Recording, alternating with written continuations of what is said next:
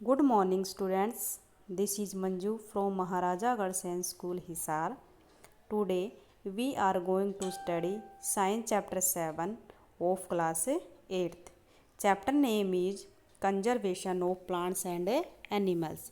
इस चैप्टर के अंदर हम यानी कि पौधों और जानवरों का हम कंजर्वेशन पढ़ेंगे, यानी किस प्रकार हम उनको सेव करके रख सकते हैं, किस प्रकार हम उनका बचाव कर सकते हैं, वो इस चैप्टर में हम क्या करेंगे, रीड करेंगे। ठीक है। सबसे पहले हम देखते हैं डिफॉरेस्टेशन एंड इट्स कॉजेज, यानी कि डिफॉरेस्टेशन क्या होता है और उसके क्या कारण हैं।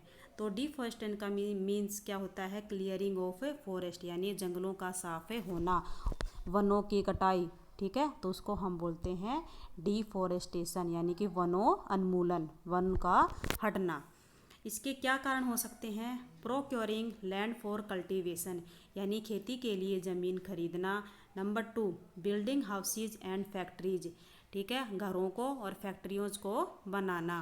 नंबर 3, मेकिंग फर्नीचर और यूजिंग वुड एज फ्यूल, ठीक है, फर्नीचर बनाना और लकड़ी का यूज करना किसके लिए, ईंधन के लिए। तो ये क्या है, डिफॉरेस्टेशन के कारण हैं।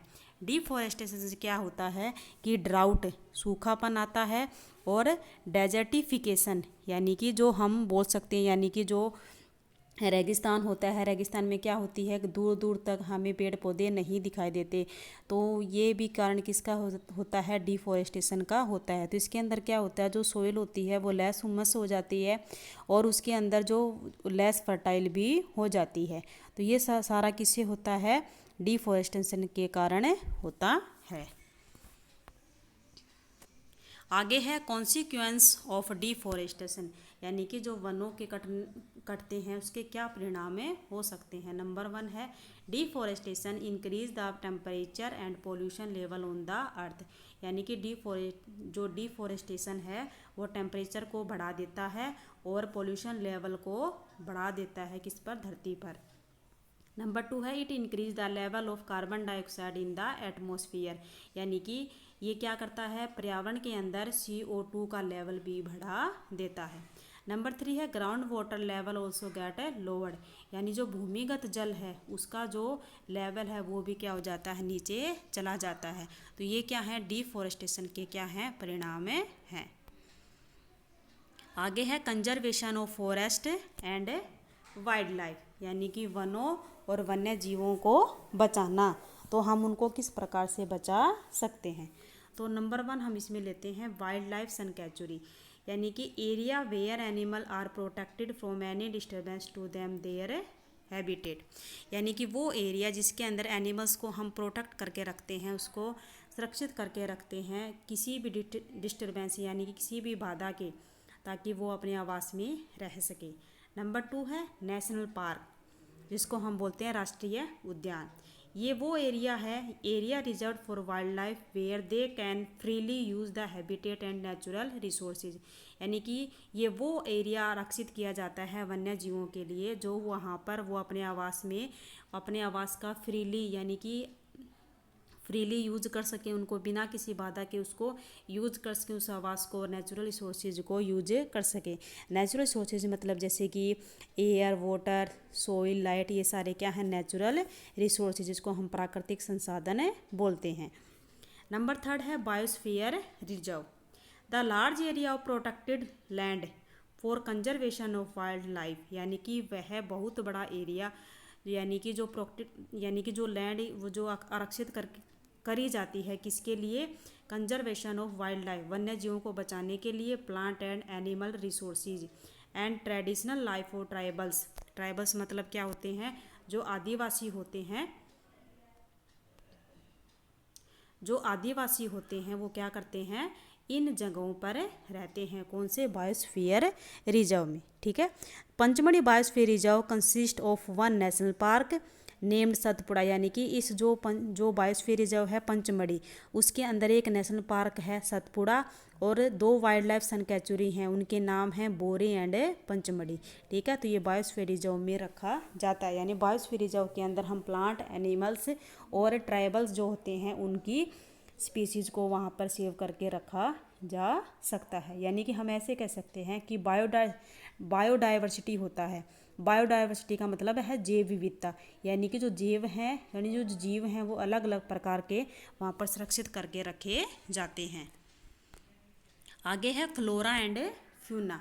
ठीक है, flora the large group of different plant species is called flora, यानी कि पौधों का वो बहुत बड़ा ग्रुप है जिसके अंदर अलग अलग पौधों की स्पीसीज रखी जाती है, उसको हम बोलते हैं फ्लोरा। फ्यूना क्या होता है? The large group of different animal species is called fauna, यानी कि इसके अंदर हम जानवरों की बहुत बड़ी स्पीसीज, अलग अलग प्रकार की स्पीसीज किस में रखते हैं? फ्लोरा एंड फ्यूना में। ठीक है, तो ये डेफिनेशंस आपको लर्न होनी चाहिए।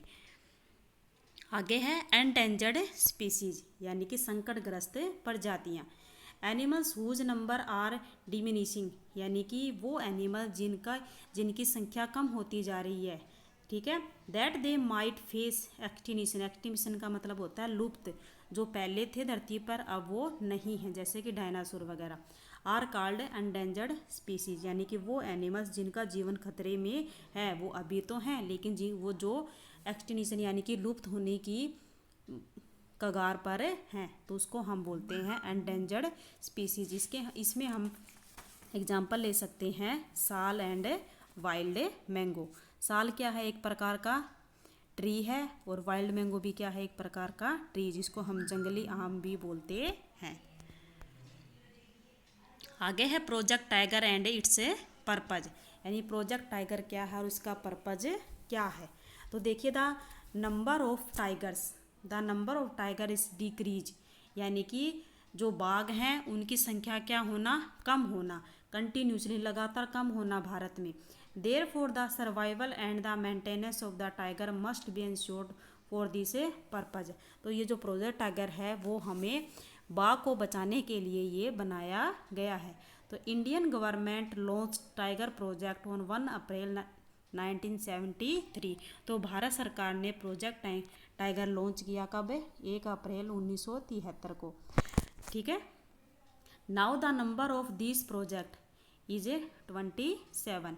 The number of tigers in Satpura tiger project has increase, यानी जो सतपुड़ा टाइगर प्रोजेक्ट है उसके अंदर जो बाघों की संख्या है वो इंक्रीज भी हुई है।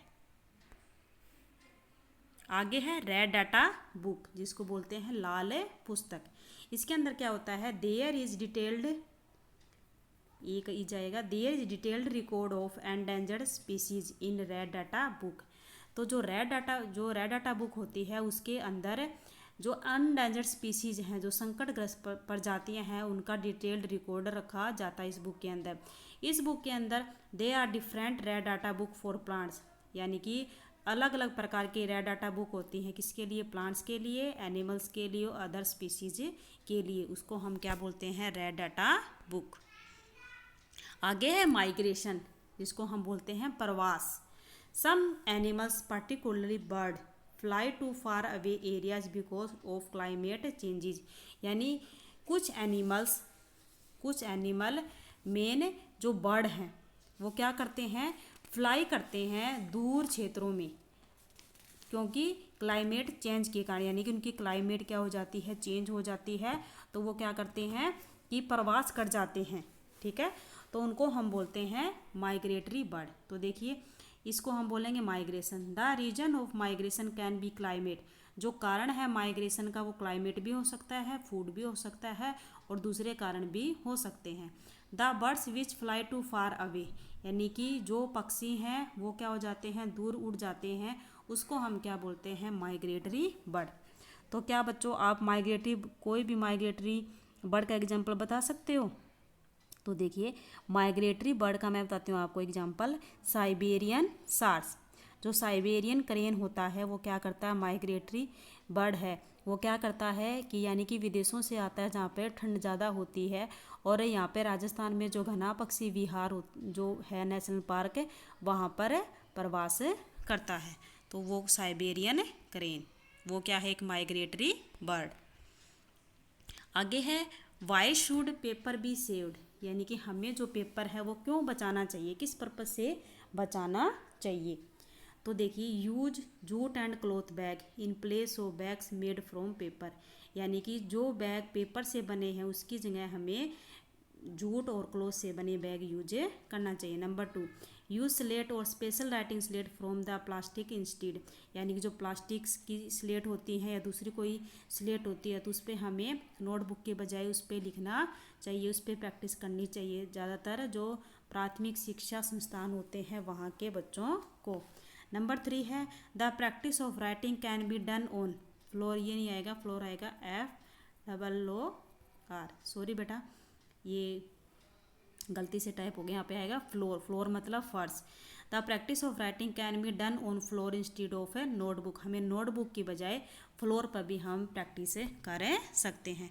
तो हमें पेपर को बचाना चाहिए, पेपर को बचाएंगे तभी हमारे पेड़ क्या बचे, पेड़ बचेंगे। क्यों? क्योंकि पेड़ों से ही क्या बनता है, पेपर। वुड ऑफ पल्प, यानी जो पेड़ों की जो पल्प होती है उससे क्या बनते हैं, पेपर बनता है। तो हमें पेपर को सेव करना चाहिए।